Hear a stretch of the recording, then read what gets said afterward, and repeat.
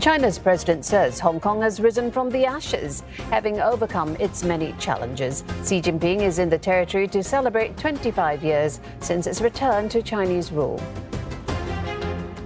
Beijing will be keen to relay to Hong Kong the need to maintain stability and take advantage of mainland opportunities or risk being left behind.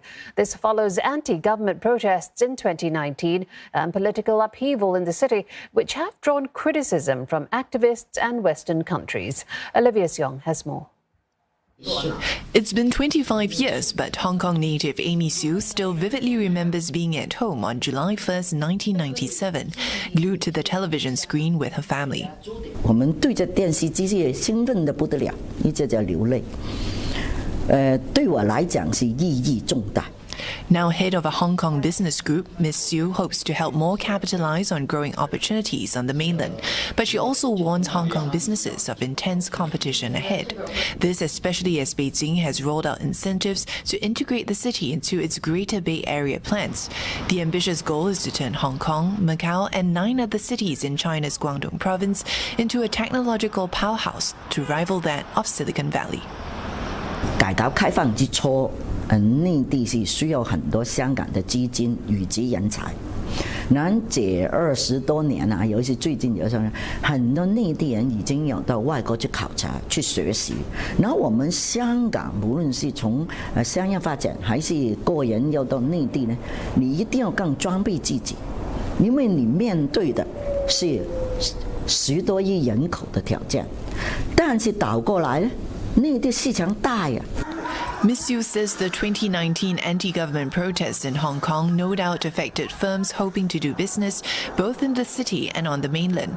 But she feels political changes have brought stability and opportunity, referring to a controversial national security law and sweeping changes to the electoral system to ensure only patriots govern Hong Kong. Beijing insists this is to ensure the smooth running of its one country, two systems model, originally proposed by then Paramount leader Deng Xiaoping in the 1980s. Professor Victor Gao, who was a translator for the late leader, says the message today is that any challenge to the central government will not be tolerated. From China's central government's perspective, the most important thing is that peace and stability will be maintained in Hong Kong. If it still cannot figure out which direction to turn, then it will be left behind, because the a dozen cities or so in the Greater Bay Area, each is very dynamic.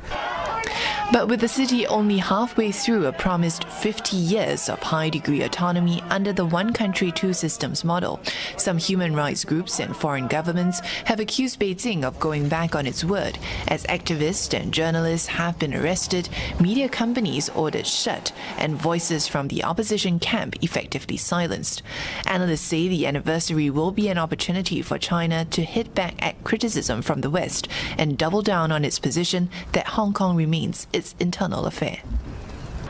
There had been much speculation over whether President Xi would make a visit to Hong Kong like he did in 2017 to attend the anniversary celebrations, this given a spike in COVID-19 infections in the city. But the fact that he is making the trip, experts tell me, is of great political significance, not just because this is the first time that the Chinese leader is making a trip outside of the mainland since the pandemic began about 2.5 years ago, but also because this comes just before a closely watched twice-a-decade party congress that's to take place later in the year. It's after all personal for Mr. Xi, who is seeking an unprecedented third term in power.